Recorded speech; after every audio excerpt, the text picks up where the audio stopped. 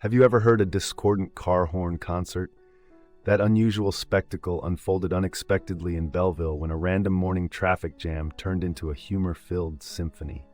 As drivers found themselves gridlocked, a mysterious rhythm emerged, and soon they began to join by honking in sync to popular tunes. What started as annoying became a new form of expression, as many drivers played along, while pedestrians laughed and clapped, witnessing the spontaneous street performance.